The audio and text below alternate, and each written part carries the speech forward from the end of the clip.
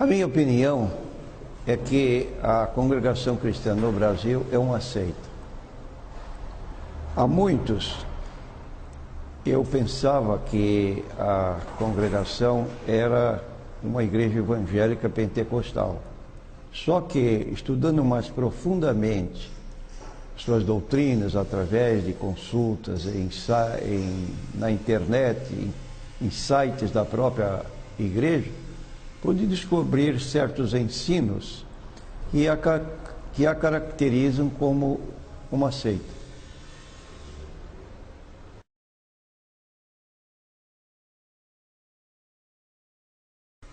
Por exemplo, uma seita, ela tem características que nós poderíamos resumir em 4 pontos.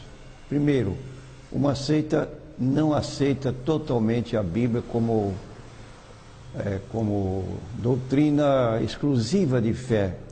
Embora nós vejamos na declaração de fé da congregação cristã que eles admitem crer na Bíblia como palavra de Deus, há, paralelamente à Bíblia Sagrada, as chamadas profecias, que são meios pelos quais eles guiam suas vidas. E há uma ideia reinante no meio deles, segundo a qual a Bíblia prejudica a vida espiritual do cristão. Então eles interpretam um texto de 2 Coríntios 3:6, onde aparece uma expressão do apóstolo Paulo: a letra mata e o espírito vivifica, que a leitura da Bíblia inibe a vida espiritual da pessoa. Logo, a Bíblia não deve ser lida. Eles a transportam, a carregam quando vão para as suas reuniões, porém não tem recomendação para ler a Bíblia Sagrada. E sempre que falam conosco, põem de lado o valor da Bíblia para esse conhecimento da parte de Deus que nós devemos ter pelo estudo da Bíblia, como diz, por exemplo, o Salmo 119, versículo 105, lâmpada para os meus pés é a tua palavra e luz para o meu caminho. Então, uma igreja que inibe os próprios membros para não ler a Bíblia Sagrada é um ponto negativo que caracteriza uma seita, porque seitas, elas têm certos fundadores, ou profetas, ou profetisas, que dão a essas pessoas uma autoridade igual à da Bíblia Sagrada. Então há uma fonte de autoridade diferente, dado que apenas as profecias proferidas durante as reuniões é que tem valor para eles. Igual ao nosso. O batismo da congregação é o meio pelo qual eles aliciam membros de outras igrejas. É o que nós chamamos pescar em aquário. É a fonte onde eles tiram membros de igrejas, porque certos crentes são convidados para participar ou para assistir um batismo que se realiza na congregação, e lá eles aproveitam a ingenuidade desse crente e fazem profecias para que aquela pessoa que está participando daquela reunião reconheça que o batismo que ela recebeu não é válido, porque só o batismo realizado na congregação é que tem validade.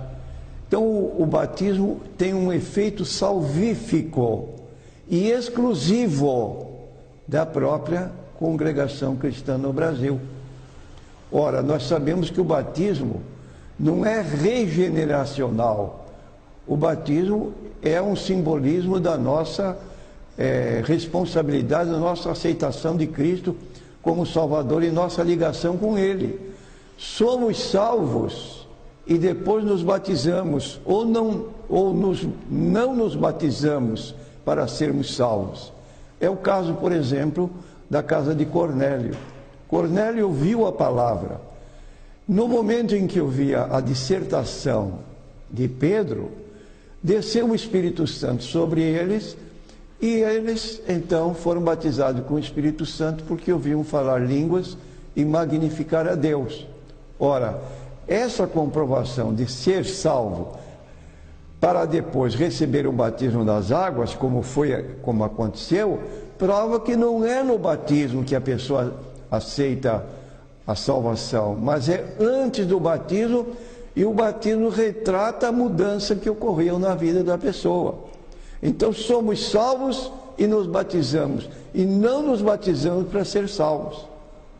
Por exemplo, Jesus disse também em Marcos 16, 15 e 16, quem crer e for batizado será salvo, mas quem não crer será condenado. Ele não complementou dizendo, quem não crer e não for batizado. Isso faz o mormonismo. Nós, porém, não fazemos. E admitimos que a pessoa que aceita Cristo e não teve oportunidade de se batizar, não é por isso que se perde. Agora, se damos ao batismo um caráter salvífico, então é fundamental que a pessoa primeiro se batize para ser salvo. De modo que esse batismo é diferente no seu conceito de validade e ainda torna o cristão que é de outra igreja, que visita a congregação nesse dia do batismo, que ele abandone sua posição e passe a integrar a própria congregação cristã no Brasil. Isso não é uma verdade. Apenas aparentemente se tem a impressão de que eles não fazem coletas como nós fazemos em nossas igrejas. Mas há um obreiro, ou mais de um, dependendo do tamanho da igreja, se tem 3, 4 ou 5 portas, cada porta tem um obreiro já preparado, e vou mais adiante dizer que ele tem na sua roupa bolsos especiais, feitos assim de propósito, maiores para conter a quantidade de envelopes que são dados a ele na porta. Então cada qual pega o seu envelope, anota um dos objetivos da igreja, porque eles levantam oferta para obras de caridade, ofertas para financiar viagem de obreiros, ofertas para reparar templos ou construções e ofertas para novos templos. E ainda oferta de voto feito. Ora, como é que vai se separar aqueles envelopes? O porteiro, lá, o obreiro que está na porta, ele coloca em cada bolso da sua roupa um envelope já designado antecipadamente. Um bolso para oferta de piedade, outro bolso para oferta de viagem, outro bolso para oferta de construções, e assim sucessivamente. E sai ele lá praticamente disforme, porque está com os bolsos cheios de dinheiro que foram dados através de colocação em envelopes. As pessoas que visitam o culto na ocasião não viram nenhum levantamento da oferta, mas isso não significa que realmente eles estejam fazendo isso. Agora, ultimamente tem acontecido que eles mudaram uma certa situação, porque havia obreiros que não estavam entregando a totalidade dos envelopes recebidos. Então agora estão fazendo um tipo de caixa, de cofre, onde a pessoa coloca o envelope com o dinheiro e não pode ser aberto a não ser na presença de outros obreiros. Quer dizer, aquele que recebe aquele cofre, ele vai abrir perante os demais que estiverem numa sala própria para isso.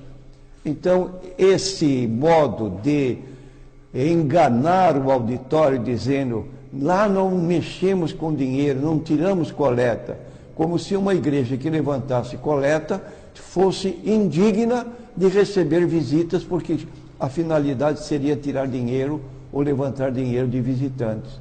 Então, essa aparência é apenas para despistar, mas não é correta biblicamente. Eu tive acesso à lista chamada Listas Secretas, que são o resultado de reuniões anuais com uma presença de pelo menos 39 anciãos. Essas listas são assim chamadas secretas porque a Irmandade não tem conhecimento das soluções ou das resoluções tomadas. Tem uma declaração de fé?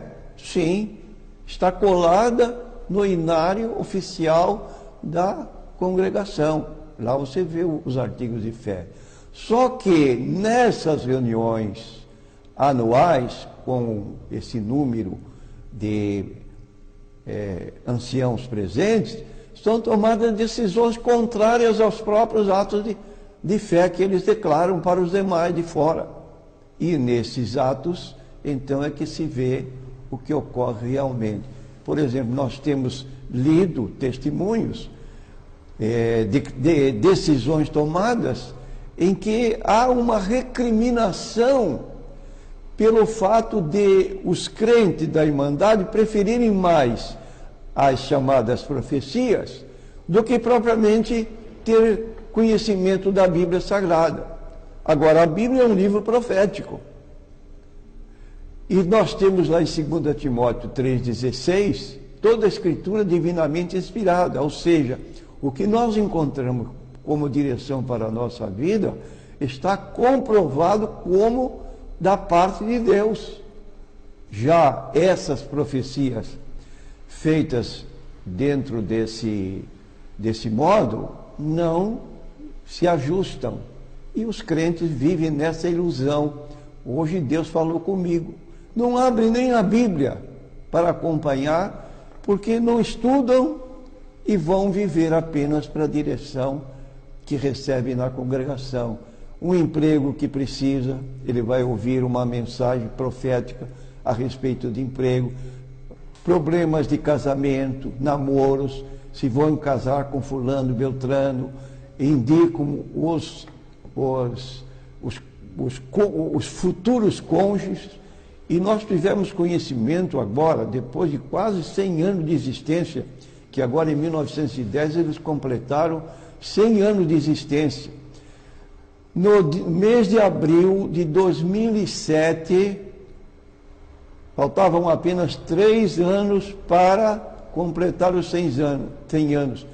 O líder, o ancião, fez uma circular avisando toda a Irmandade que estaria dali para frente proibido o casamento de pessoas que se sentissem dirigidas por Deus para realizar a realização daquele casamento.